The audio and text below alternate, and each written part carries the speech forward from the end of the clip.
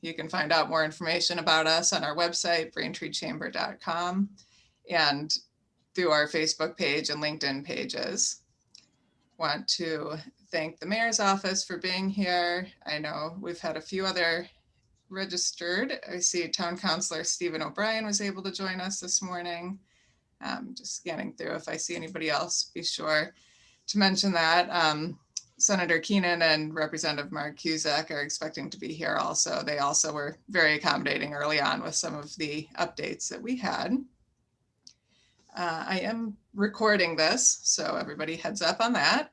I've just asked that you keep yourself muted if you come unmuted for any reason. We will have questions and answers at the end. I ask that you put the questions in the chat, and as time allows, I'll read the questions and then we'll have the discussion through that format. So you can send it directly to Kim Crow. It would be the easiest way to go about that. I want to make sure to thank our Braintree Chamber sponsors: South Shore Bank, Liberty Bay Credit Union, Brewster Ambulance, Bell, Vibrancy Communications, Toyota Braintree, Quincy Credit Union, and definitely nobody's here to hear me talk this morning. So with that, I will turn it over to Mayor Kokoros. Thank you. Thank you so much, Kim, and thank you and all of the board and everyone that's participating today. We are, in a very pivotal point now. Where we were last year was heading in really in a downward spiral and looking at a second wave of the virus.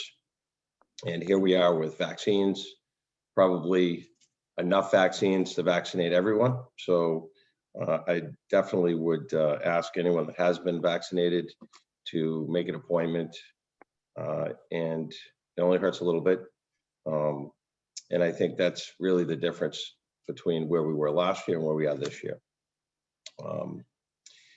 Just first, I just want to go over where the governor is as far as, making relaxing the mandate on wearing of masks outdoors when you are not in large groups, when you can social distance, you don't have to wear a mask outdoors, which is excellent, especially if you walk and you like to exercise outside.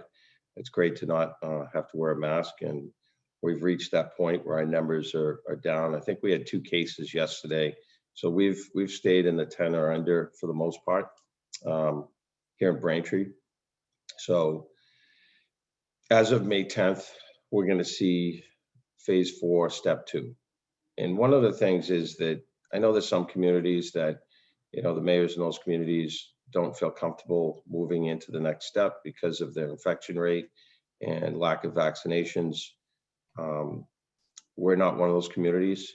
So, we will be moving on May 10th into phase 4, step 2. And really, it's an increase in capacity. I don't have any amusement parks, theme parks, or water parks, but it allows, road races, and it also allows singing indoors, which I know for some of the restaurant businesses, that's very significant. I promise I will not do any singing indoors. But as far as our limits, as of May 29th, we'll be able to have indoor limits of 200 folks as opposed to 100, and outdoor venues will be able to have either privately at home or in public settings, 250 folks gathering. As well, we'll be able to have festivals, parades, and segueing into that, we have started the process. I think it was in yesterday's ledger, and we are going to have our Braintree Day. So hopefully that brings lots of business to the business community. But that is planned for the 26th of June. So that is allowed. And then when you get to food and alcohol, businesses, you don't have to serve food with with alcohol, and you can increase the table size to 10. So August 1st is the date that the governor's looking to remove all restrictions. So big difference from last year. We're really excited about it. We just we submitted our budget on the 27th. Obviously, as business owners, you know all the sacrifices that you've had to make. There's been a lot of loss. We've also had a lot of personal loss where, we've had 136 deaths here in Braintree. So, we've suffered through this pandemic, and both in a personal and financial way. And of course, that does reflect the town's finances. So in keeping with, the business model of trying to be as fiscally conservative and making sure that we are able to make proper projections as to what our revenue sources are, we've been very conservative. And I'm sure that all of you business owners have been conservative as to what you've been spending and what you've budgeted that you would be spending. So we continue to do that here. I think from the first moment I got into office, the first thing that, we started doing was, I think we started a hiring freeze, and we've done that. We've continued that for the last year plus, and it's allowed us not to have to necessarily lay off people during these more difficult times, but we have a lot of unfilled positions. And I'm sure on the business side, you've done the same thing. At this point, I'm really optimistic as to where we go from here. People are ready to go out and do things. They're ready to go out and spend money if they have it. And there were, a couple of stimulus checks that came not too long ago. So I think that, those are just things that are going to help our economy rebound here in Braintree. Very confident that we are actively seeking redevelopment in the business community, as we had talked about last year. We're still actively seeking life science. We have looked at some life science overlay district zoning type items, and we're still researching that, looking at maybe doing something up in the Wood Road area, some type of overlay district. We are, moving forward with assisting and helping bring new business to the Lord and Taylor site. We've written some letters to try to support redevelopment there. They're looking at office, business office, medical office, something of that nature. And, we did have a special permit that was approved on Adams Street. So that's some new development. We have some things going on, Campanelli Drive. So we are moving forward. Obviously, the virus really put a damper on any new development, any big plans that anyone had, but it also created really a desire for people to kind of leave the city and go to the suburbs. So we are really kind of a hot spot for some of these companies, tech type companies, biotech companies that would normally, go into the city. They're still going to go there, but now, we're part of that market. So we're going to try to capitalize on that. As far as the restaurant industry, I mean, obviously very hard hit. Personal care industry, very hard hit. So many businesses been very hard hit, and we will continue to have our outdoor seating. The governor's mandate was that, 2 months after he lifted the state of emergency was when outdoor seating would, go away. But, we're, most likely going to be somewhere into the fall before that happens, I'm guessing.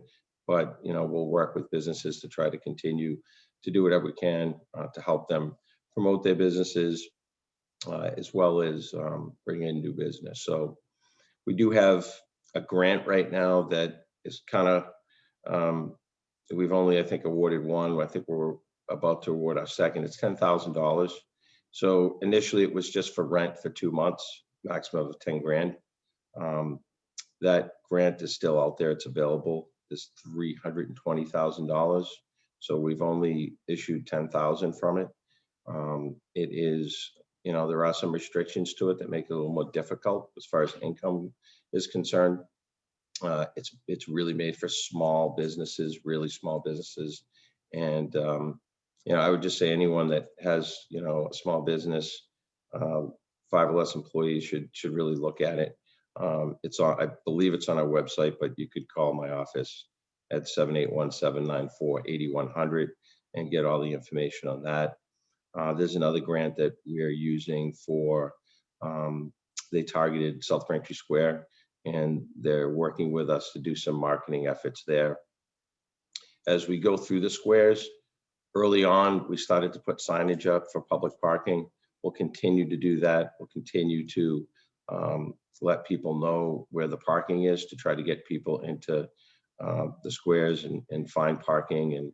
And the other thing is, we really have no plans of putting any meters or anything like that. I mean, there was a couple of folks that had reached out to me about that, whether we were doing meters or whatever. We really have no plan on doing anything like that. We don't want to discourage people from going to stores. We do want to look at um, minimizing the amount of time. At least we're looking at on the Richmond side, we're looking at maybe reducing the amount of parking time to 30 minutes because we want to get people to move through the square, and there's businesses on that side that people would most likely, be in and out. So we're looking to enhance the ability for businesses in the squares to be able to have the turnover and the parking necessary to accommodate them. So we're looking at that.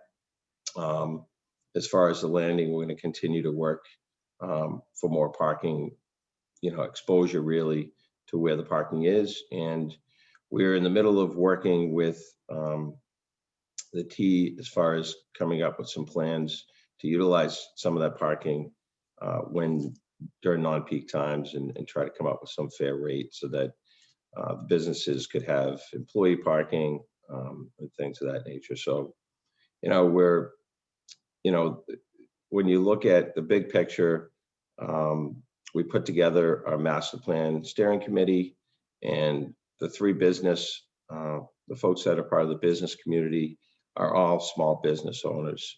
We did not put we did not put the South Shore Plaza or any of those folks on because we really wanted to focus on our small business sectors and try to help create a master plan that benefits them and helps them. So understanding, full well the difficulties that face small businesses every day. From the smallest thing is putting up a sign that's, does not meet the requirements, and all of a sudden you have to go to the ZBA, and before you know it, you're paying double permit fees. Well, a large place like the Plaza, really, it's irrelevant. I shouldn't say irrelevant, but it's less relevant as far as the cost. So we're trying to do what we can to help the small businesses and also the residents in really forming this master plan to keep our small town feel, but at the same time to redevelop the business community in the areas where we've designated business over the many years. And what I had said before, and we went from a farm town to a factory town to a retail and office type business town, and now we're looking to go to the next step and get ourselves into some of the life sciences and things of that nature. So we're actively pursuing them. We'll continue to do so. I think that the outlook for Braintree right now, we've made some conservative estimates on our meals tax, hotel motel tax, and by the way, the Hyatt, if they haven't opened, they're opening, reopening, I should say, which is big for us. It's been tough having them closed for a year, but they've renovated, so it's another sign of life that's been added back to our economy. So we look at our local receipts. Our local receipts have been down, and you understand that 100% because you've seen your local receipts go down as well. So if you look at, some of our estimates that we've put in there, we've maintained level funding. And last year we reduced our projections to 75% on meals, 50% on hotel motel, and our excise is down as well. So we're really looking at some positive change. We know that those numbers are going to get better, but we want to be cautious as we enter into this year's budget. As far as state aid, our state aid, unfortunately, for the last 2 years has been flat. We have not received, even if there's been some increases in one area, there's decreases in other areas. So we've had 2 years and 2 years of tough numbers on state aid, but it's based on the virus and revenue. So we're fighting for more federal funding because we do not qualify as a block grant community. The formula that was set by the feds didn't really help Braintree. We got 3.69 million. Some of our neighbors got 4 times that, 5 times that, 10 times that. So based on our population and the formula that was put together, Braintree did not get a lot of money, and we rely on local receipts. So unfortunately, with flat numbers coming from the state because of the virus and a very, very ungenerous amount of money coming from the federal government in regards to stimulus, we're relying now on hopefully the county giving us some of the 7.1 million that went for Braintree to the county, as well as we've asked the governor for some additional aid, and the governor has a lot of stimulus money that came in as well. So those are the areas that we're really focusing on trying to get money to offset some of our costs. We've made a lot of cuts across the board, and we'll continue to look forward to brighter days as the numbers start to get better when the economy continues to open up. But it's just like your businesses, you're restricted, and all these restrictions and masks and all the other things, and upticks that we've had in the virus over the course of the last year, and so has essentially caused you to have revenue shortfalls. And I understand that from all levels, to be honest with you. And unfortunately, until we get through this, and hopefully August 1st, things are pretty much normal or back to normal or close to normal. And then we could start to rebuild again, and hopefully you'll see the numbers that you saw pre-pandemic within several months, and hopefully by the fall things are in full swing. But we as a town are here to help you in any way we can. I mean, obviously we have the grant that we received. Hopefully some of the smaller businesses can apply for that. I don't know how many of your businesses apply for the PPP, but the adjustments that have been made with PPP have allowed folks to get a faster forgiveness. And I believe the legislature has removed the tax on LLCs, S corps, proprietorships. So that's a plus. And I just look forward to a very positive summer coming up, and a lot of activities happening. We we'll be having a number of events. Our cleanup day is back. Our Memorial Day remembrance is in person this year, and we continue to bring back all of the different events live and in person. And we have many people that are double vaxxed, so that's a huge bonus. And I'll just say in closing, what was probably the most touching thing that really came about throughout this entire pandemic was when we were able to vaccinate our 75 plus population. It was really, really inspiring, and it was really moving to listen to these folks that in some cases had been locked down essentially for a year, to have the freedom again to see their children, grandchildren, and to be able to go out and do some of the things they were able to do prior to the pandemic. It was really special. It was really important. And, it wouldn't have happened without, my staff. The health department was incredible.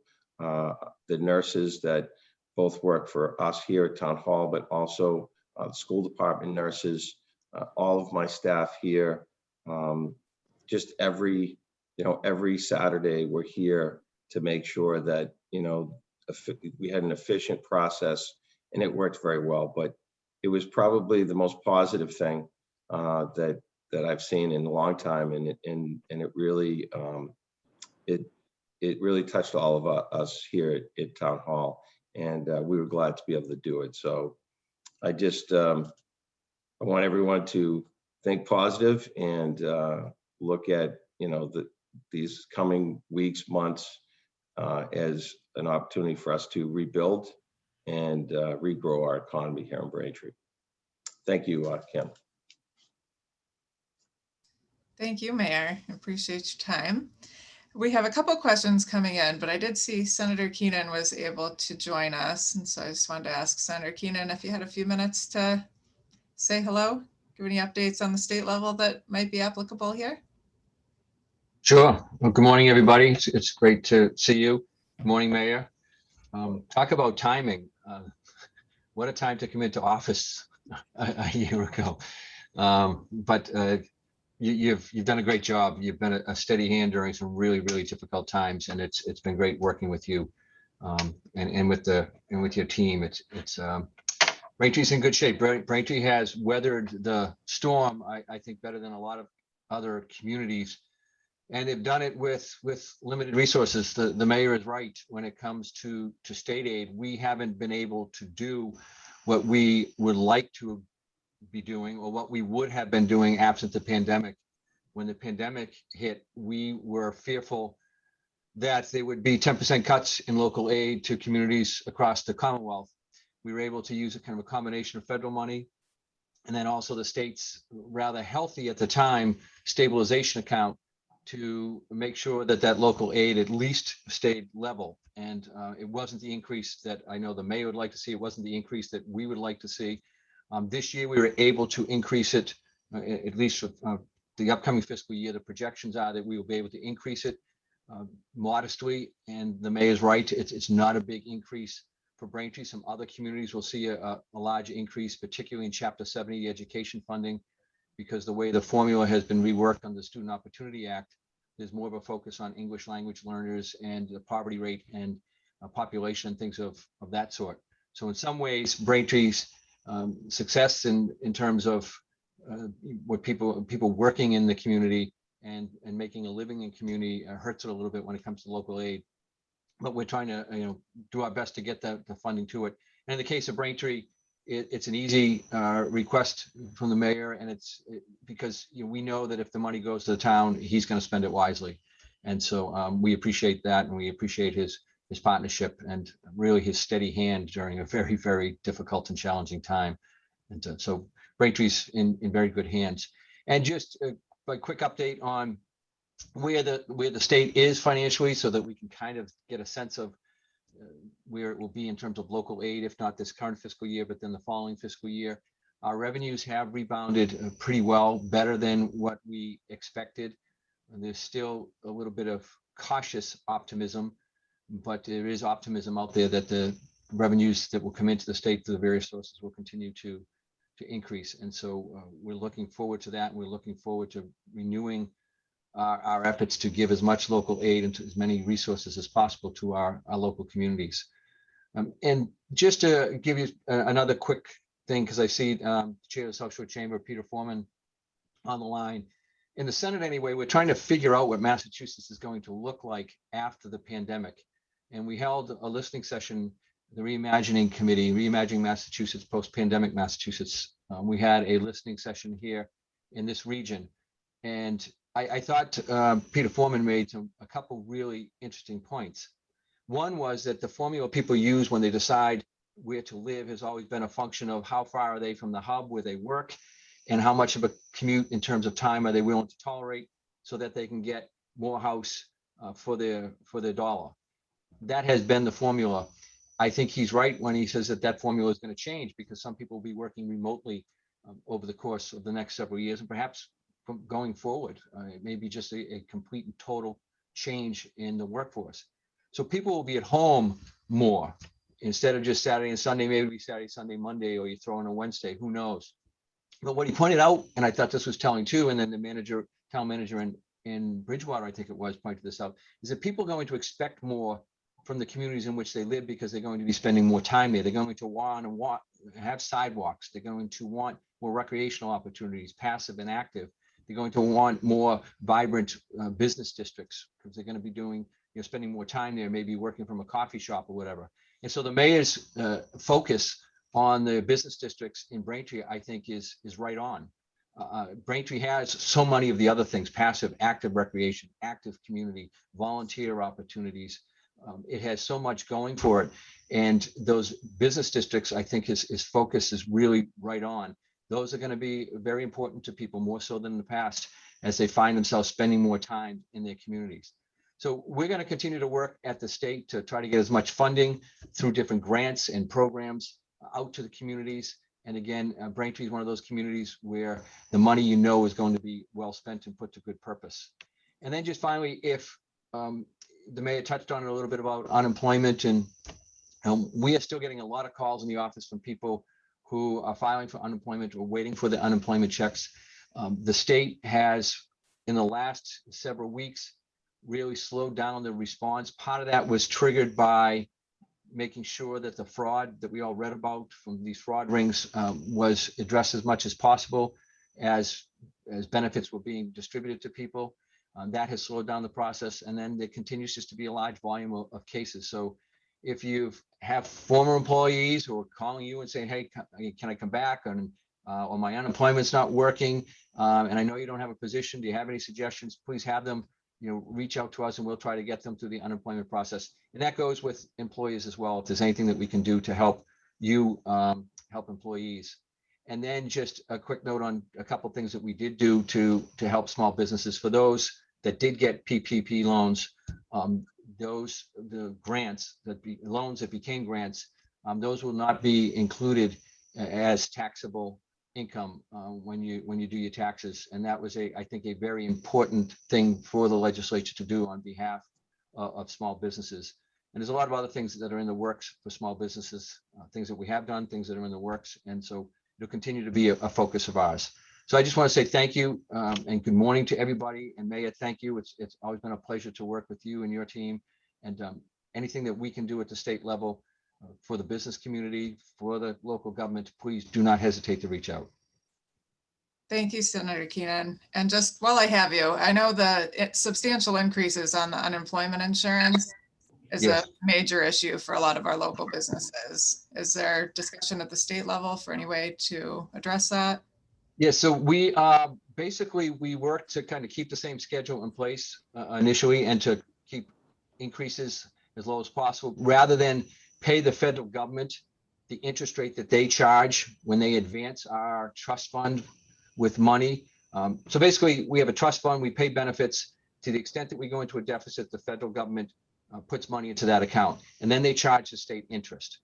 As you can imagine, we didn't have enough money in our trust fund to pay all the claims that were out there, so the state received from the federal government substantial funding at a fairly high interest rate. So the state bonded that trust fund money from the federal government. Rather than pay the federal government their interest rate, we bonded it at a much lower rate. So that was step one. So that should provide some predictability going forward as to how we'll replenish that fund. One of the things that has triggered a lot of concern, both in the business community and ours, is there is one fund that we have that when a company closes, for instance, unemployment is paid out of that fund. That we are struggling with how to find a way to replenish that. Initially, businesses got notice that at the end of April, they were going to have to pay their unemployment, and in those bills, there was a sizable increase. That was delayed for a month. The due date on those bills was delayed for a month. I think it was till June 1st. And the legislature and the governor are working very hard to find a way to address that issue as well. And it may be that we bond that out, lower the interest rate, and spread the cost out over a longer period of time. But we are aware of that, and it is being worked on, and hopefully it will provide relief to the business community as well. Great. Thank you so much for that update. And thanks for giving us your time this morning and joining in the program. Thank you. And Mayor, don't you worry, we didn't forget about you. We have a few questions rolling in here. I want to thank the senator. He's been a really great ally to us and has been with us every step of the way. So thank you, Senator. Appreciate it. Great. All right. Mayor Kokoros, so a couple questions have to do with the local boards. Of course, they've been doing a great job of keeping business going, meeting remotely. But is there any timetable for going back to live meetings, or do you anticipate a continuation of a virtual aspect? Or what are your thoughts on that? So, we have finished all of our vaccination clinics downstairs. So the chamber for the council, for example, I believe they're going to meet at their next meeting live. But we set a date of the 1st of May. We made it available so that folks could meet live. As far as some of the other boards, we're going to phase it in. We need to really determine whether we're going to have more than 100 people at any of these meetings. Most likely not, but the Zoom meetings sometimes have shown higher numbers, I think. So we will be segueing into live meetings, probably within the next month or so. Okay. Do you anticipate there being any virtual aspect of it? I know from an attorney standpoint, participating in them, there's an efficiency and a somewhat cohesive presentation when you have the plan in front. And I know some towns have a town hall component and a virtual component. Is that anything that's being discussed in Braintree? The difficulty is we're trying to figure out if the local cable access would be able to do live stream as well as have an in-person meeting with some sort of so that you can have some sort of interaction. But it really hasn't that decision has been made yet because of the technology. I don't know if we have it available to get it done, but we're definitely going to look at it. Great, thanks. And this one, sort of a board question and sort of a timing question and a development. The master plan committee, you had talked about they taking a look at the zoning and having the committee that was talked about quite some time ago. But of course, I know you and I have had the conversation, you wanted to have it more accessible to different people. So having people in person was an important component of that. Sort of a two-part question, I'll combine two. If there's an anticipation of when that committee is going to start meeting. And then the other part of it is the scope of what they're looking at. Obviously, construction costs have gone up substantially in the past year. And is there going to be a focus on any sort of common ground with density developments in certain areas with the additional costs of a developer coming in with a project, whether it be multifamily or a commercial project? Well, first of all, I'll say that there is a scheduled meeting. I don't have the date, but I think it's the end of this month. And I think it's going to be in person. I have to double check with them. So they will be meeting and organizing, and everyone will get to know each other, and there'll be like an introduction meeting. In the meantime, we have, I think the RFP has been put together to find the company that's going to do the master plan for us. And that'll be something that they'll be working on. And really the initial focus is public comment. So that's probably the biggest chunk initially is going to be able to get public comment on what people's concerns are. And I did want them to have the ability to get to different districts and really talk about, you know, what the wants and needs are in certain districts. But as far as, you know, how this stuff is shaped, I mean, the master plan has so many different components to it: open space, recreation, housing, et cetera. So there's a lot on the table.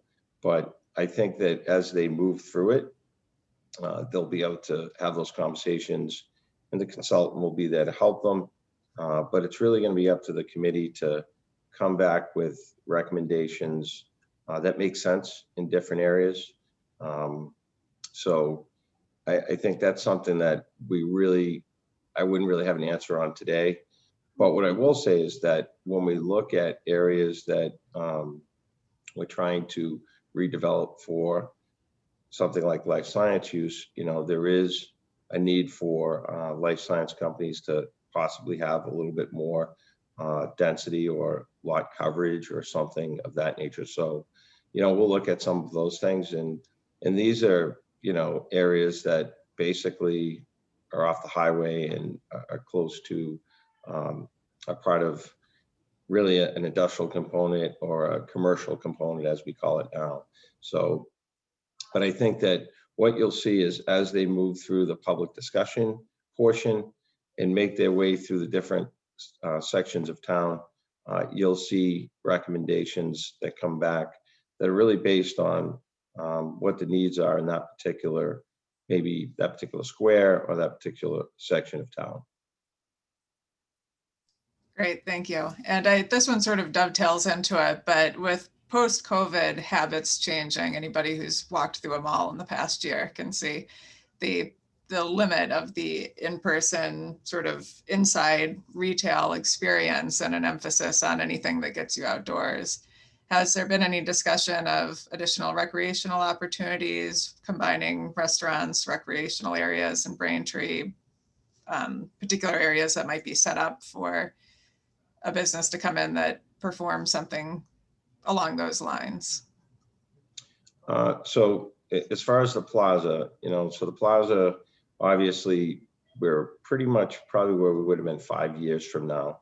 What COVID did is it created this fast forward of retail really just getting crushed. And so as far as the plaza is concerned, you know, our goal is going to be to work with them as we are with the Lord and Taylor property, which is owned separately, to try to, you know, redevelop it into uses that are going to bring more people into the mall. I'm sure there'll be more recreational type uses in the mall. There's one right now that they're looking to bring in. But as far as public spaces being used for events and things of that nature, I mean, you know, that's something we definitely be open to. As far as, you know, we do have some events right now. There's kind of a limitation as to what actually happens on public grounds now. We do have some events that do take place, but we would definitely be open to that. And, you know, as far as helping businesses, you know, maybe we work with the chamber to create, you know, an event where we bring all the businesses together, or different events like that. I mean, the farmers market's great, but if we could create, you know, a Braintree business type of expo, so to speak, those are things that would, you know, certainly help our business community. And I'd be more than happy to work with the chamber on and putting things like that together. Great, thank you. And then two other questions that go more towards specific projects. The actually three now. The former Beld site, any updates on the redevelopment of that, the Armstrong Dam project, and the old Havanetics building? Excellent. I can't believe I didn't talk about those things. So anyway, as far as, you know, the Armstrong Dam project, it's, you know, we continue to move forward. We continue to apply for additional grant money. And, you know, we've put agreements together with the property owner to make sure that we have access to, you know, public access to the Riverwalk, and it is going to be absolutely beautiful.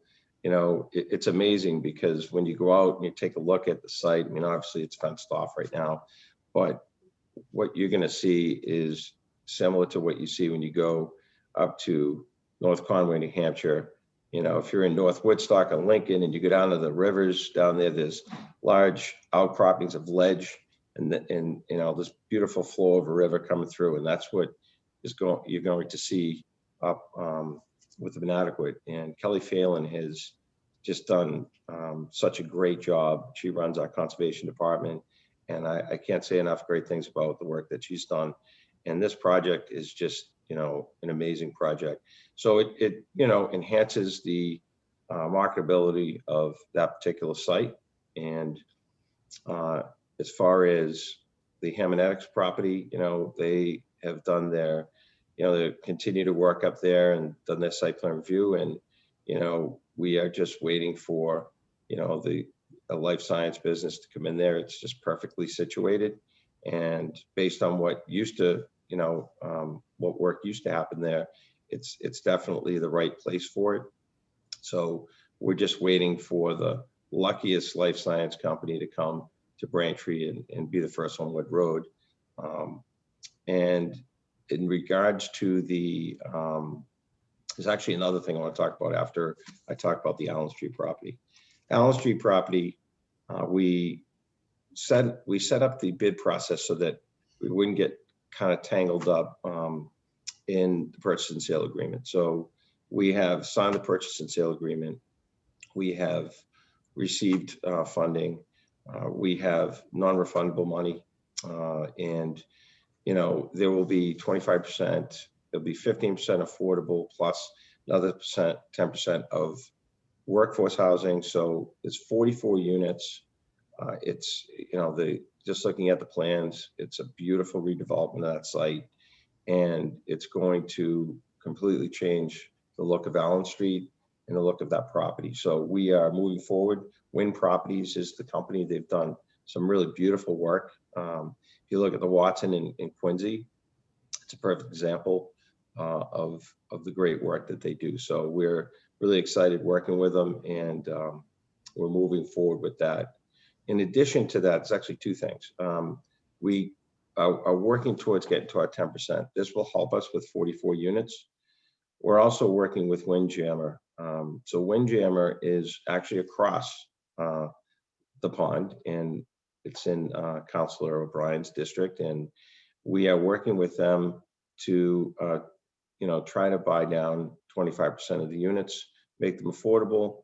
Their proximity as well to the transit station, et cetera, makes it a perfect, it really makes it a perfect opportunity for us to put those units in perpetuity and make them affordable. And I went out with the staff member, and, you know, we took a look at their renovations they're doing. And I got to tell you, it's very, very impressive. The work that they're doing, the openness of the apartments, as far as what the transition from what they were to what they're going to be, it's unbelievable. And I'm really glad that we're working to partner with them to try to put this together. So that's something we'll be talking about in the future as well. And that will help us. There's 73 units that will help us. If we're able to accomplish that, it'll put us very, very close to our 10%. In addition to that, you know, the question of Motel 6 comes up probably weekly, if not every other day. And, you know, it's troubling to have a site that is sitting vacant as the Motel 6 site is, and really to have no progress whatsoever. And, you know, the owners of the property have, you know, I've reached out multiple times. Granted, we went through a COVID and, you know, had some lockdown periods, you know, for, you know, a good 7 to 8 months, but, you know, they have really made no progress. And we are, you know, I'm in the process, and I'm going to tell you as business owners that we're in the process of putting together, you know, pretty much an ordinance that is going to force anyone that has a property, both business or residential, that sits vacant and becomes an eyesore, to fix it. And there will be consequences, there will be fines. So we're in the process of putting that together. When we're done with it, it will, be presented. But, we're not going to tolerate that. We have cleanup day coming up. I've driven around and taken a look at the back of some properties, and just overall in the town. And one thing that, we are going to focus on is making sure that we keep our streets clean and that we keep properties clean. And I think that's something that is so important. So in regards to Motel 6, that's another area that we're really targeting. The MBTA, a little disappointed in how they handled this whole project over there. There's a number of improvements that need to get done, that they were supposed to do by now and they haven't done. They should have done before I even came in office. They didn't get them done. We're going to work on getting those done, as well as the fact that the parking area over there, they closed the garage and they really haven't done a nice job at keeping the construction site looking somewhat appealing. So we're going to be having a discussion with them as well. All right, I kind of rambled on a little bit there, but any more questions? I'll be No, that was good. You were actually answering questions as they were coming in, so it worked out good. You had mentioned the ordinance for cleaning up buildings with respect to the Motel 6. One of the other questions that came in had to do with the Quincy Ave Route 53 corridor and some of the closed businesses. I'm not sure if there's been any discussion of that area, whether that sort of falls in the same, or any discussion about a viable reuse of some of those buildings, or discussions with the private property owners there. We haven't had any discussions, but it is definitely on our radar. We have weekly meetings and talk about different properties in different areas of town that we really need to focus on, that need some tender loving care. And Quincy Ave is an area that we definitely need to pay some attention to. And there are some buildings over there that would fall under, this particular ordinance. So, we want people to clean up the properties. We want redevelopment these properties. We want them to be vibrant. And, certainly COVID has created a lot of, it's created a lot of problems as far as upkeep and things of that nature of properties that have been sitting vacant. So, we're hoping that, we can work with the property owners on Quincy Ave and other areas of town to make sure that that redevelopment happens. But it has to start here. So we have to practice what we preach. And, I think that's kind of my business attitude. If I was sitting on the other side, as I did for so many years, I would have been, what about Allen Street? Well, we're doing something at Allen Street. Noah Torrey has been vacant for a little bit of time. 74 Pond Street is being utilized. We're cleaning up 90 Pond Street. We're probably going to rent out that space at this point. I think it's the most viable option we have, considering the way things have changed with COVID and downsizing. It's a beautiful building. Our facilities department is going to do some work there. When you go over to our Sunset Lake recreational areas, we're going to fix the roof over on the building over there and clean up the site, replace barrels. We look at Foster School. We're going to do a little bit of cleanup there. We have some folks that might be interested in, some sort of reuse there. So we're looking at our buildings too. So we want to basically lead the way in creating the cleanup and making sure we take these vacant buildings and do the right things with them, so that we can kind of lead the way and make sure that business and residential community do the same. Great, thank you. So I just wanted to mention Armstrong Dam. Yeah, I wanted to also say Kelly Phelan has been amazing. That's going to be such a nice look there when that walkway gets done and it turns into, it looks really beautiful. So I appreciate the efforts there for the town. I think everybody's going to really enjoy that. And one other question, you had talked earlier about the small business grants, the 320,000, that there's only been one award that's gone out so far. I know there's some pretty strict income limits on there. Is there any flexibility, or is there any, do you have any advice for somebody who might be looking at it? Obviously their income is what it is, but whether it's a different type of business or any other ways to help get that money to Braintree businesses? Yeah, I mean, it is very restrictive, and that's what makes it difficult. You know, we have reached out, but you know, the guidelines are set. And what makes it difficult is it looks at, I think, your entire household income. So even if there's a 20-year-old that's living for free, that's, you know, making 10,000 a year, that income gets added in. So I think that's been really the biggest roadblock. But the issue with that particular grant is that, once again, we normally wouldn't get these grants because we're not a block grant community. So, you know, it's really, the income restrictions make it difficult, but it's really focused on a mom and pop small business. So I think that's why they come up with these low numbers. But, you know, we'll continue to, you know, make the argument because the money is available and we haven't been able to utilize it. So if we can get them to make any changes, then, you know, that would be great. I know that some of the grants that were out there in the past, if you had a larger business, you didn't fall into an income issue. It looked at other things. So, you know, we'll do our best to try to facilitate anything we can. But at this point, we've kind of hit a wall as far as being able to make changes to it. All right, well, we are right about the end of our hour. So thank you, Mayor Kokoros, very much for your time today, always, and you've been a great liaison to the Braintree Chamber, and we really appreciate all the work that the town's done over the past, over a year now. It's crazy the way that COVID has impacted everything, but you guys are doing a good job of taking a look at everything. I know there's a lot of issues and budget meetings this week and a lot of things to work out going forward. But we look forward to working with you. Senator Keenan, thanks for your time this morning also. And thanks to all of you who are able to join us this morning. Braintree Chamber, you can find out more about us, braintreechamber.com, or our Facebook, LinkedIn page.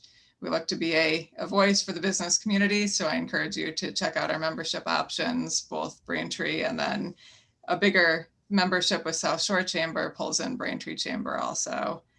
We have a couple board members on the call who have been working hard over the past year to make some of our virtual programs come together. There's Jillian Vale from South Shore Bank and Sarah DeMeo, Vibrancy Communications, Mike Ford with Beld, and Mike Wilcox with Coastal Heritage. We are talking about trying to get a outdoor networking and trying to get some different things set up this summer and having another event on the fields next to town hall. So more to come on those things as we move forward and start to understand a little bit better of what we're able to do. Just want to thank you all for joining us again. Our sponsors that help make the programs and our chamber continue are South Shore Bank, Brewster Ambulance, Liberty Bay Credit Union, Toyota Braintree, Quincy Credit Union, Beld, and Vibrancy Communications. And just one more thing on my list that I forgot to mention earlier. Mayor Kokoros had mentioned earlier the consulting study that's taking place for South Braintree Square. There is a meeting set up, which I think has been confirmed for May 19th in the evening to talk about some of the ideas around the square, and more information will get out on that, but just wanted to mention that too. So thank you all very much. Appreciate your time this morning, and I hope you all have a great day. Great day. Thank you. Thanks, Gil. Thank you, everyone. Thank you. Thank you. Thank you, Kim.